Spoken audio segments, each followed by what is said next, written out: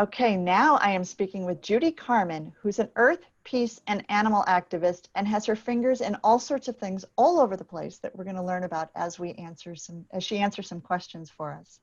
So welcome, Judy.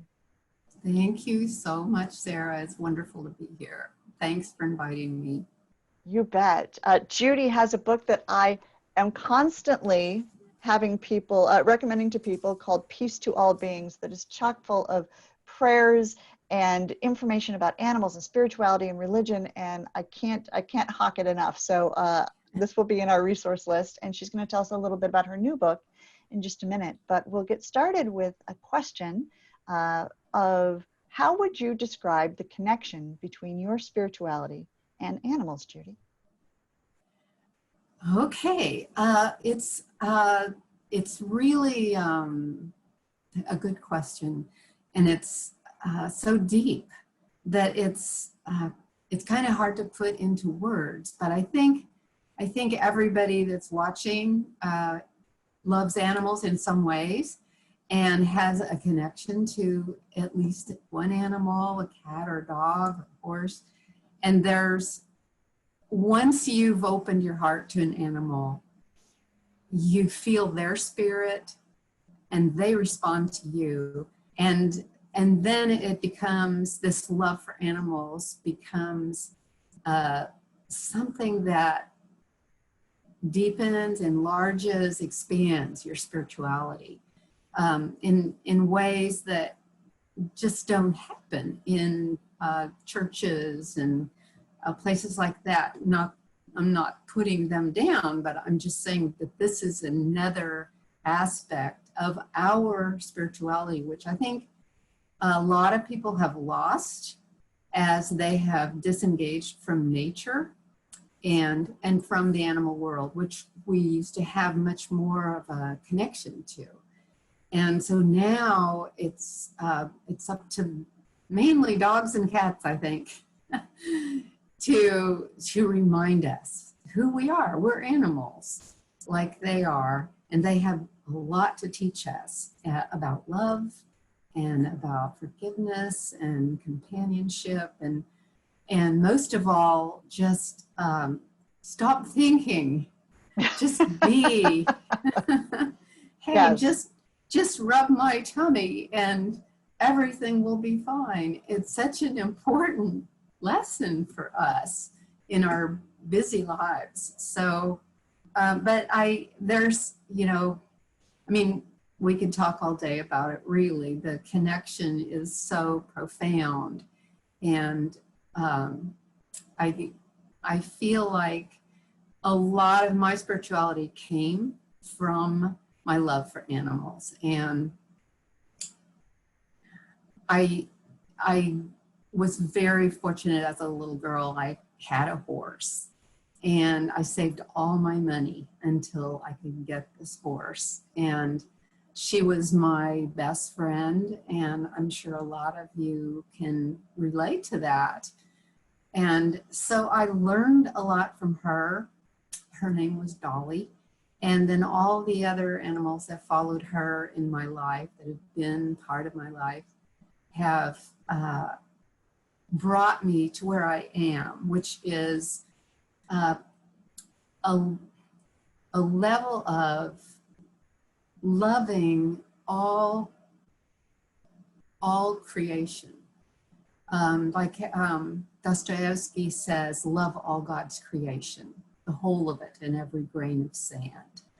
And that's how deep it goes, every part of it. And when you do that, he says, then you become one with the divine mystery. And so, yeah, I love that quote. It's longer than that, but it's just a beautiful statement. And unless we have a relationship with animals, we can't quite grasp what that means, the mystery that dwells in nature and in non-human animals is it's such a powerful thing that we all need so much. As we live these busy human lives, we we lose track of loving all God's creation and what that really means. There's so much more to life than just the humans around us and the buildings and the houses and and all of that.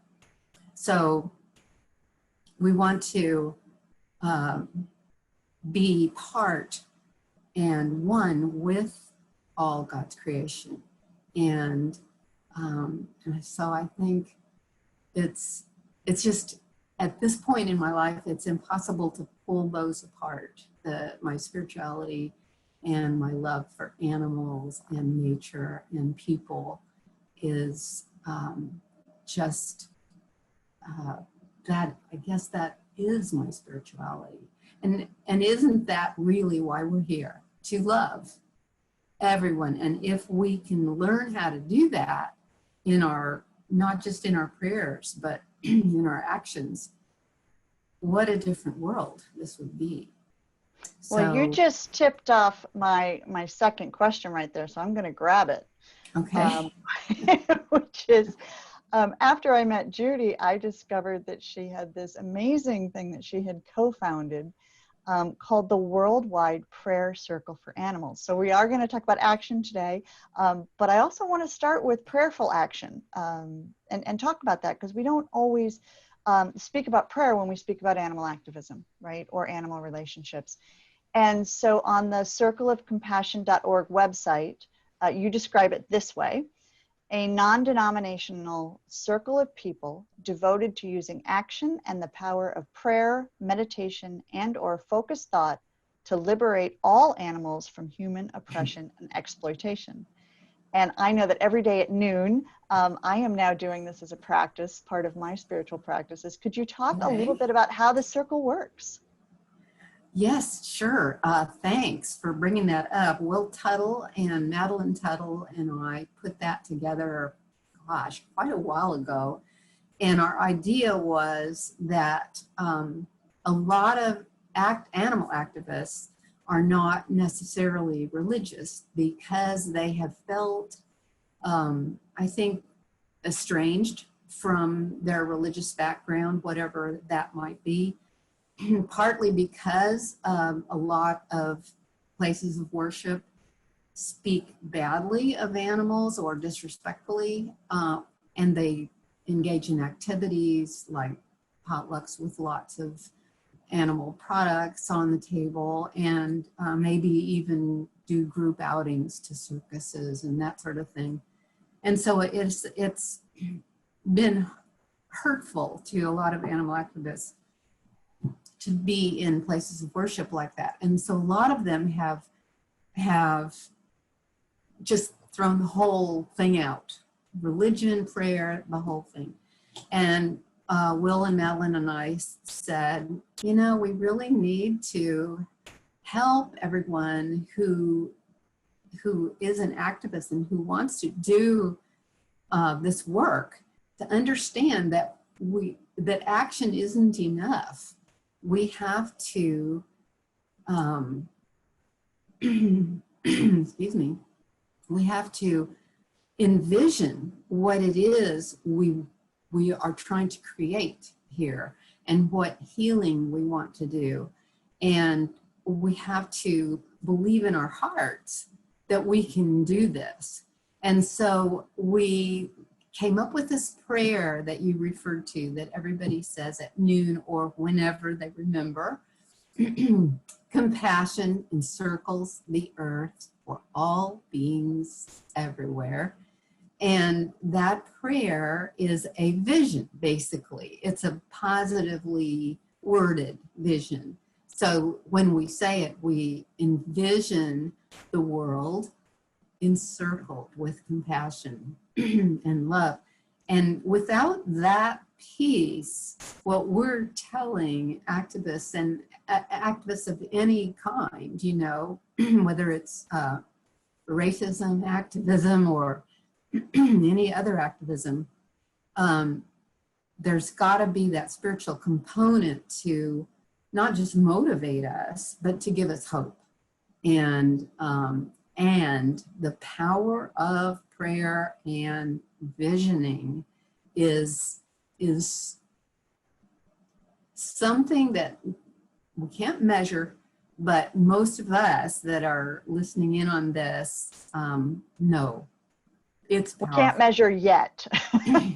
Yeah, I guess. Right, yet. So, but Gandhi said it was the most powerful force on earth. Yeah. And I mean, as long as it's powered by love, which of course it is. So, yeah, so that's what we did. And so now we have this prayer translated into, goodness, maybe 30 languages on the front page of the website. So people who tune in to the website will say, hey, I'm from this country, I'll translate it for you. So that's been really fun to have that. And then if you go there and you sign up, you will receive a prayer from me every week. And you'll also receive an inspiration from Will I think he sends those out every day. So, and they're short, so you don't have to worry about and they're being helpful inundated. For those of us who our spirituality is so ingrained with animals, with the planet, with these things, as you mentioned, not all spiritual environments can feel welcoming to us for different ways. They can be difficult. And so those of us who are in spiritual leadership, whether that's, you're running a yoga class or you're running, a synagogue, right? These ideas of how do we make our communities welcoming? This is another piece of that, right? Of what food are we having? What's in our liturgy? And I have some interviews I'm doing with some folks who are doing that work within churches right now, which is kind of exciting. How do we make our liturgies more friendly to and inclusive of non-human beings? So I think prayer at noon every day is an excellent start. So that is circleofcompassion.org, folks. I want to move on to your recent book, which is called Homo Ahimsa, Who We Really Are and How We're Going to Save the World, which just came out. So what does redefining ourselves as Homo Ahimsa mean, and how will it help the world? Well, thank you for mentioning the book. Ahimsa, for probably most of you know what it means, but it means literally non-harm in Sanskrit. But in Sanskrit, it actually has a very broad meaning. In addition to that, loving kindness, nonviolence. It was Gandhi's vow that he took as a Jain, and it led to, all his wonderful work. So he lived ahimsa. And so my idea is, with this book, is we're in a lot of trouble. Homo sapiens has made a big mess here. We've got the sixth extinction going on. We've got massive pollution in the oceans.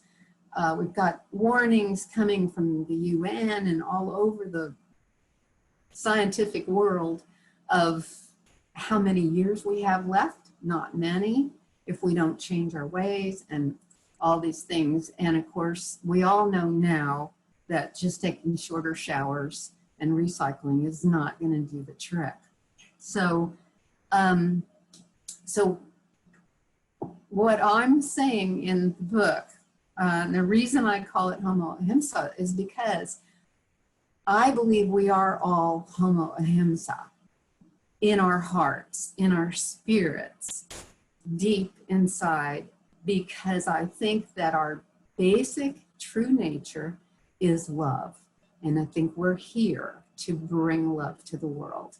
And so we're already Homo Ahimsa, but for some reason we got sidetracked and we started acting in a Homo sapiens way, which means wise. Sapiens means wise, which is almost kind of funny at this point, considering what damage we've done as a species. So, it doesn't make sense for that species with that mindset of domination and violence to try to solve the problems of the world. It can't do it.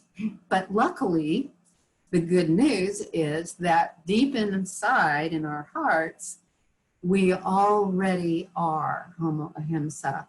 And it's just a matter of unlayering all of the programs that we've been programmed to compete, to get to the top, to dominate everything in our path. It's okay because we've got to grow the economy. So gosh darn, yeah, we better pave another parking lot. We better cut down some more trees because we have to keep growing, right? And so, no, we can't keep doing that. And we really can't. At this point, we've reached a tipping point, or whatever you want to call it, a choice point. We have to reveal ourselves as Homo Ahimsa. We have to do it, and we have to do it right away. There's already lots of Homo Ahimsas in the world. And I go through that in the book, some examples of animal sanctuaries, for example, that are growing. Many, many animal sanctuaries are becoming set up in different states in the country, in the US, and really all over the world, where farmed animals who have been rescued from slaughter are brought to those sanctuaries and taken care of for the rest of their lives. And people can go visit them and find out, oh my gosh, I'm connected to this animal. This cow is teaching me love. And there's some wonderful, there's a movie called The Peaceful Kingdom that has a man in there who was a farmer, and he went to the farm sanctuary in New York, and this cow named Snickers ran up to him and put his head on his chest, and it just transformed him. It just completely changed him, and he no longer, of course, raises animals for food, and in fact is an animal activist, and speaks out for them, gives them a human voice. So that's Homo Ahimsa in action. And so I talk about that in the book, and I also talk about how do we deprogram ourselves from this patriarchal domination paradigm that we've all grown up in, and see who we really are. How do we do that? Well, of course, you all are on top of that. Meditation is a big part of that. Prayer is a big part of that. Questioning everything you've been taught is a big part of that. And silencing the mind to the point where you can see clearly, what is the truth? Who am I really? Why am I here? Surely it isn't just to get more stuff and to keep causing violence, which is what happens when we buy a piece of meat at the grocery store, for example, or an egg or a gallon of milk. We're complicit in the violence toward the animals. And sad as that is, the animal agriculture industry is one of the biggest drivers of pollution, water, air, every kind of pollution, and all the other bad things that are going on, the extinction, and I could go on, but I know you all are familiar with those things. That's what we're all trying to work to alleviate here. Absolutely. Yes, yeah. Right. And so how do we do that? Well, one of the big things is we have to approach this both spiritually and actively. Without the spirit, we don't have that the heart for it, so to speak. And it's going to take some work. It's going to take dedication, and it's going to take questioning everything we've been taught. And so that I also have some ideas in the book about how do we do this? How do we reveal who we really are to ourselves and to others? And then what does this Ahimsa world look like?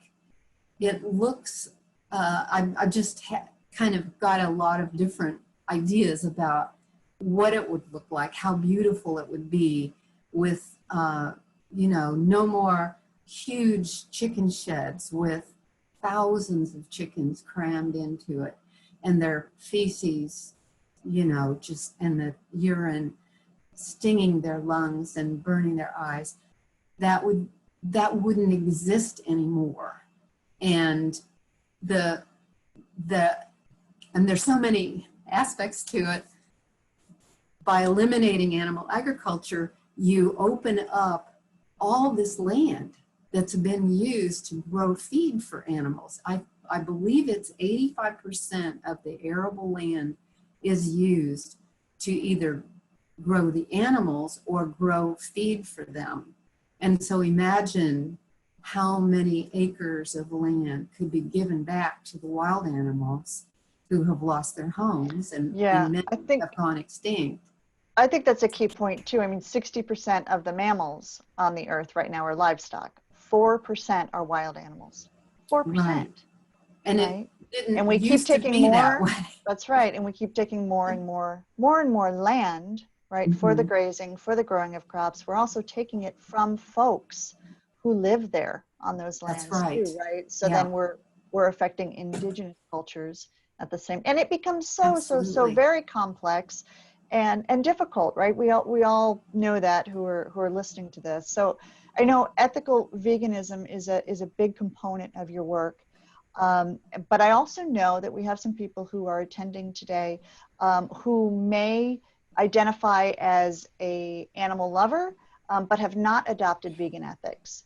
And so I'm wondering if you could provide a suggestion, besides, of course, reading any of your books and checking out your website, for what they can do to support peace for all beings. Well, that's a great question. And I think one of the best things to contemplate is, would you ever deliberately harm an animal? And if you are an animal lover, my guess is your answer is no, you would never do that.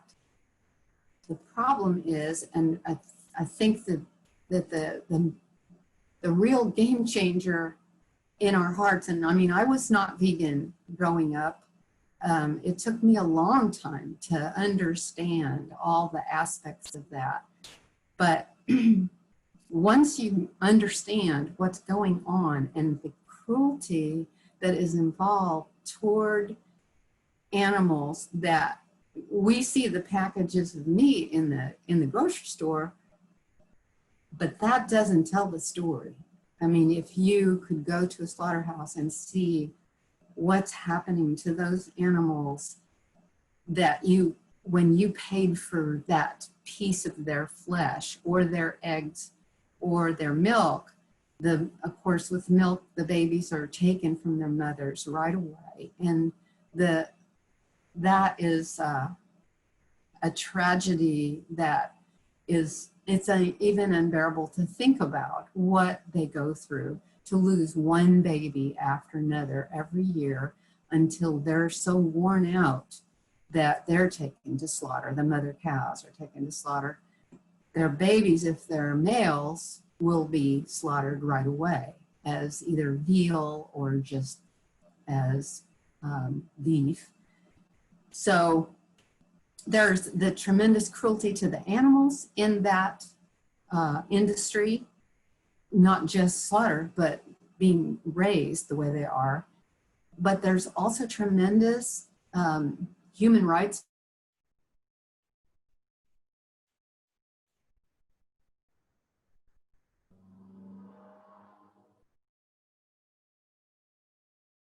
The only way you can make your living is to stand in a slaughterhouse line and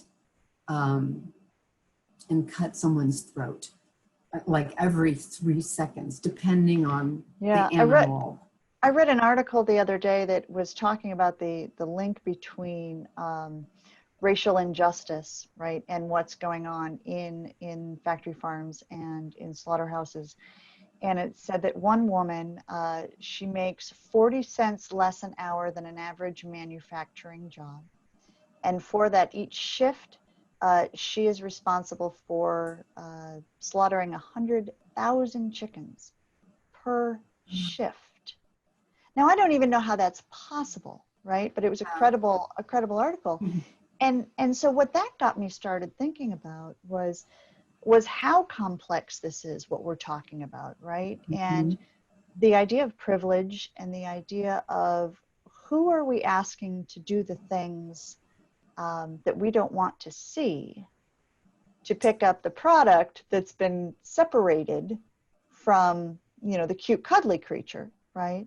There's this disconnect. There's this disconnect in carnism. So I'm hearing from you as well that we have to keep our eyes open and our hearts open and learn and ask these questions about where is this coming from?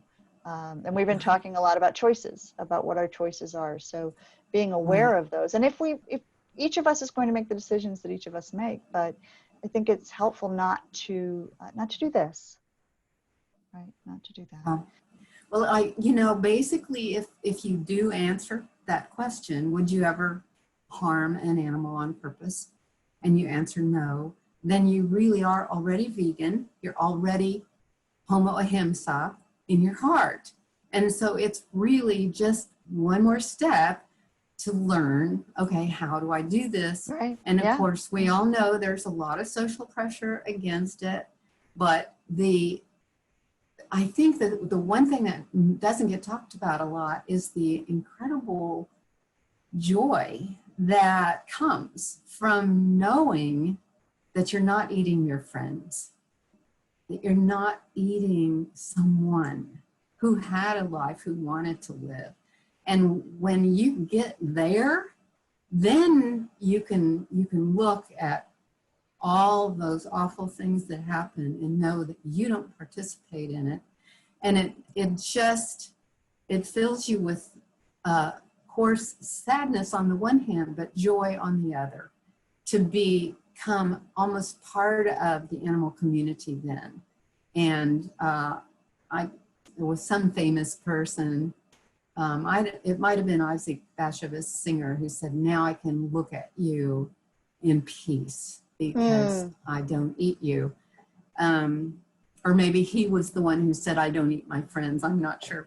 But anyway, it's wise advice, so that sapient part of us matching with that ahimsa part of us. So thank you, Judy, so much. I want to be able to tell people we have only cracked a tiny piece of the work that Judy does. She has an amazing, these prayer flags for animals that fly all over the world and all sorts of other things. What is the best place for people to go to learn more about you, Judy?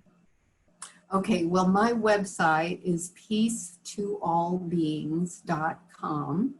And I've got the prayer flags there, and the books are there, and my blogs, and